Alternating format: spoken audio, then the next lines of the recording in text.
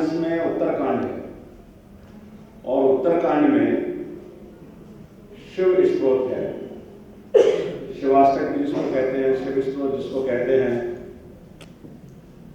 नमामि शमीशाम निर्वाण रूपम विभुम व्यापकम ब्रह्मवेद स्वरूपम निजम निर्गुणम निर्विकल्पम निरीहम निराकार माकार वासम बजे। लंबा श्लोक है और भगवान राम ने शिव की आराधना की है। शिव इस जगत के सबसे बड़े स्वरूप हैं, भगवान हैं। और वैसे भी इस श्लोक को अगर रोज कोई करे तो उसकी सारी मनोकामनाएं वैसे भी दूर होती हैं। शिव हम सबके शिवम भाव जब हम सबको कहते हैं कि व्यक्ति के अंदर क्या आना चाहिए, तो सबसे पहले कहते हैं शिवत्व आना चाहिए। और उस शिव भाव के अंदर, शिवत्व भाव के अंदर, सत्यम शिवम सुंदरम के अंदर हमको हमारा अध्यात्म, हमारा मोक्ष, सब कुछ हमको उसमें दिखाई दे जाता है।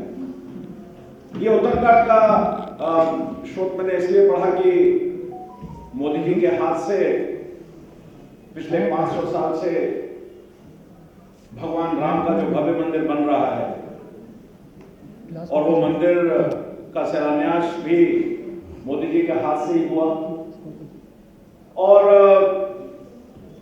खुद भगवान शिव ने 5000 साल पहले शिव पार्वती ने इस काशी नगरी की स्थापना की।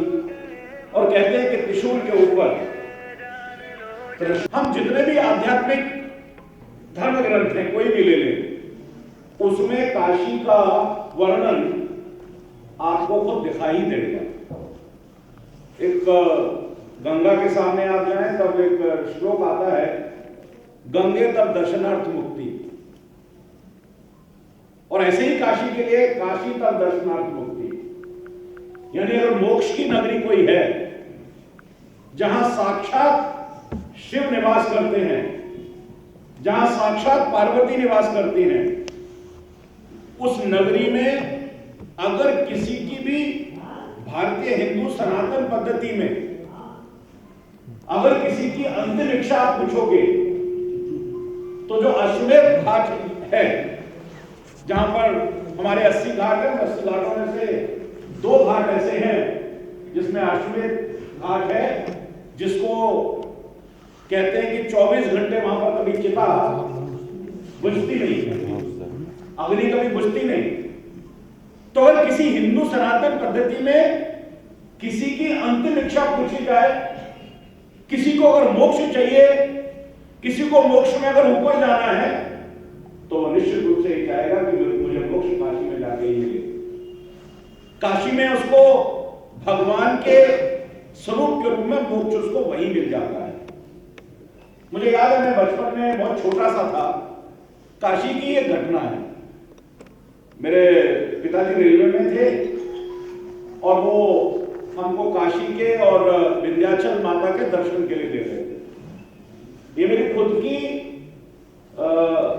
मुझे उस समय का छोटेपन का याद है, तो मेरी आंखें जो आ जाती हैं, रेड आइज हो जाती हैं, वो मेरी रेड आइज हो गई। मुझे उससे याद आ गया, तो कहा कि क्या करें, कैसे जाएं, कैसे ठीक होगा। विंध्याचल से दर्शन करके आए थे और तब तो बसों में जाते थे, इसलिए कोई साधन नहीं थे, गाड़ी नहीं थी। तो जब मैं काशी बाबा विश्वनाथ मंदिर में गया, वहां का पानी लेकर के मेरी आंखों में लगाया। मुझे आज भी याद है, आज मैं बात कर रहा हूं 50 साल पुरानी, मेरी आंखें ये घटना मुझे काशी को याद करते करते वैसे ही ध्यान में आई। तो काशी में क्या तो संगीतकार, क्या साहित्यकार, क्या आध्यात्म में रहने वाले लोग। और काशी केवल सनातन हिंदू धर्म की पद्धति के लिए नहीं, काशी को अपने शीर्ष के रूप में बौद्ध भी मानते हैं, काशी को अपने शीर्ष के रूप में जैन भी मानते हैं। यानी भारतीय जो सनातन पद्धति है, जो हम विराट हिंदुत्व जिसको कहते हैं, मैं हिंदुत्व को जब जैन, बौद्ध इन सबको लेता हूं, सिख को लेता हूं, तो मेरे विचार से ये विराट हिंदुत्व है पूरा एक बड़ा, और उसके रूप में काशी को हम मानते हैं। काशी में पंडित जयशंकर प्रसाद, पंडित रविशंकर, कबीर, प्रसिद्ध सेनाई वादक बिस्मिल्लाह खान, जयशंकर प्रसाद, ये सारे साहित्यकार काशी में ही हुए। और काशी आध्यात्मिक मोक्ष की नगरी के साथ साथ पुराने समय में देश की एक औद्योगिक नगरी भी थी, जिसमें रेशम है, कपास है, इत्र है, भदोई उसके पास है। यानी काशी को अगर 72 देखें, जैसे दिल्ली एनसीआर हम कहते तो काशी एनसीआर अगर हम कहें तो एक बड़ा व्यापारिक केंद्र भी था। मोदी जी के साथ मैंने काम किया है और गुजरात में मैंने काम करने का अवसर भी मुझे मिला है। मोदी जी के साथ काम करने का भी अवसर मिला है। शायद एक बाबा विश्वनाथ और काशी का ही बुलावा था कि वो गुजरात छोड़ करके काशी में आए। ये काम उनके हाथ से ही होना था। भव्य काशी, विश्व भव्य काशी की जो हम बात करते हैं, यानी अभी राम मंदिर हुआ था और काशी के बारे में मैं वैसे एक मोदी जी का वार्तालाप आपको बताता हूं, मुझे याद आ गया। बात है 2015 की, मेरी बेटी की शादी थी तो मोदी जी के साथ मैंने काम किया, मैं उनको निमंत्रण देने के लिए गया। और उस समय राज्य में मुलायम सिंह की और अखिलेश की सरकार थी। तो मैंने उनको कहा, मैंने कहा ऐसे ही, मैंने कहा जी वो मैं अभी काशी होकर के आया हूं, अभी वहां के हालात ठीक नहीं है, आप तो वहां सांसद बन गए। तो ये होता है जब जो कहते हैं ना, मतलब जो ये कुछ शब्दों का जो चलन हुआ है, तो उन्होंने कहा, मुझे याद है कि वहां पर एक यादव डीएम था, क्योंकि कांग्रेस इस मुलायम सिंह के समय में यादव बहुत था, यानी देश के प्रधानमंत्री के कामों को भी एक वहां का डीएम रोका करता था, जिसको मोदी जी ट्रिपल इंजन की सरकार कहते हैं, डबल इंजन की सरकार कहते हैं। ये फर्क पड़ता है कि जब यूपी में हमारी सरकार आई, बीजेपी की सरकार आई, उसके बाद किसी को कल्पना नहीं थी कि इतनी बड़ी भव्य काशी निकल करके आई, इतना बड़ा स्वरूप निकल करके आई। यानी कहा 30,000 स्क्वायर फुट में काशी का मंदिर था।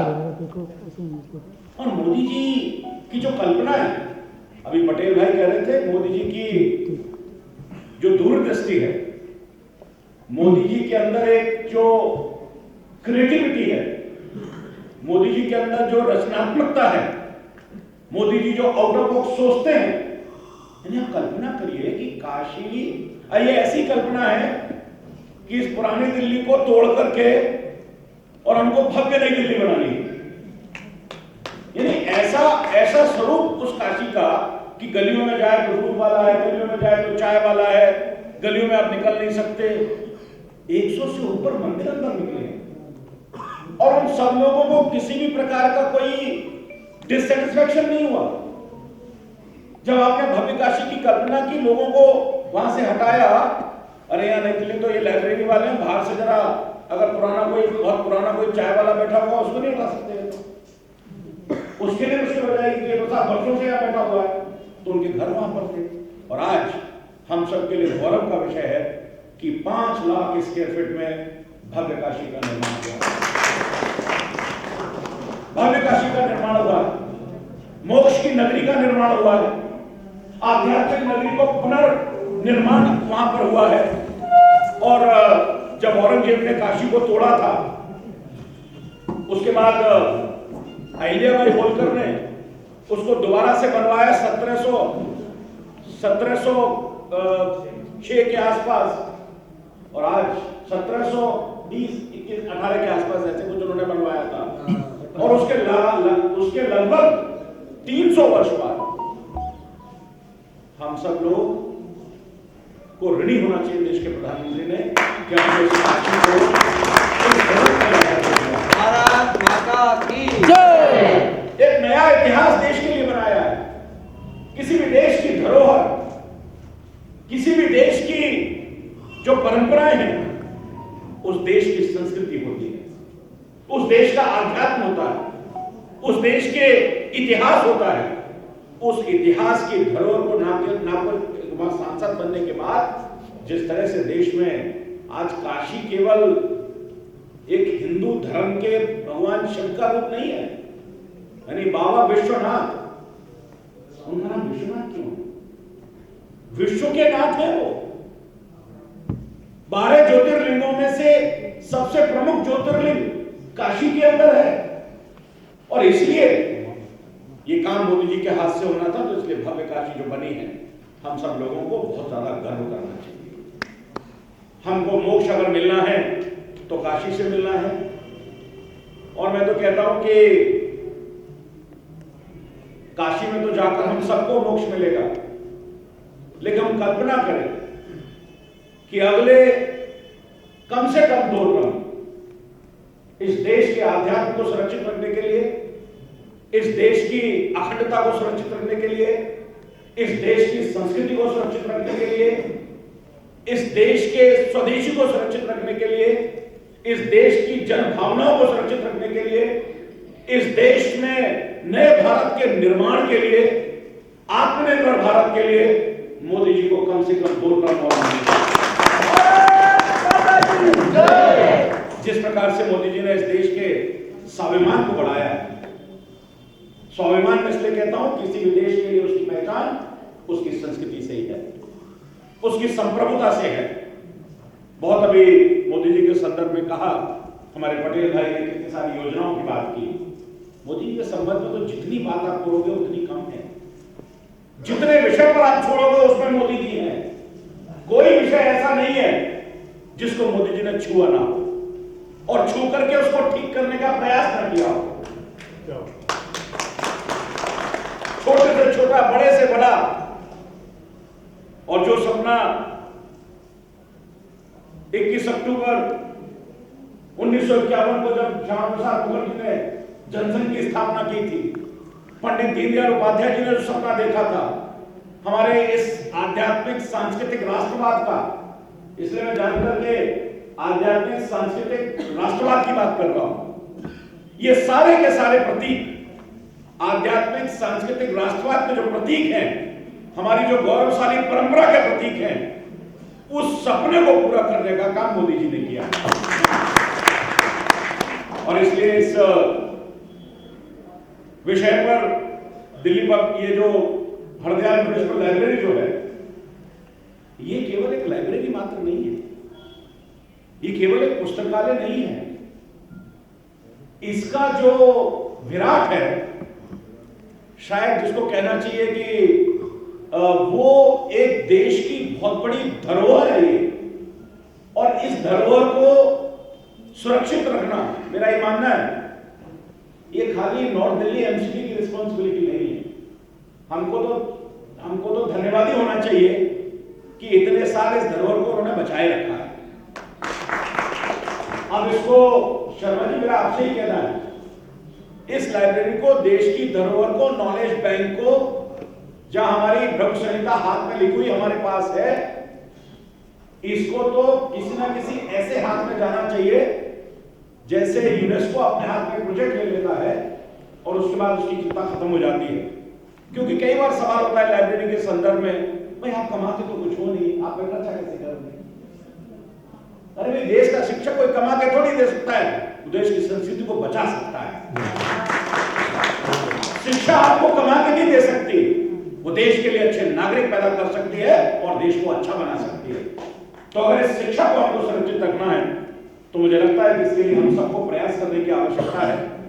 आवश्यकता 10-5 लाख 25 लाख की नहीं है, बड़ा सवाल है। और इस बड़े सवाल के लिए जो लाइब्रेरी में काम कर रहे हैं, पुणे में भी आप यहाँ पर मार्च अप्रैल तक हो, उसके बाद जब तक हो आपने चीजों को ठीक कर लिया, मुझे लगता है कि प्रधानमंत्री के लिए और देश के सांसदों के साथ मिलकर के, देश के जो शिक्षक हैं उनके साथ मिलकर के एक बड़ा हस्ताक्षर अभियान आपको चलाना चाहिए। इस लाइब्रेरी को अलग रूप देने के लिए एक हस्ताक्षर अभियान चलाना चाहिए, जिससे कि देश की धरोहर में भी शामिल हो।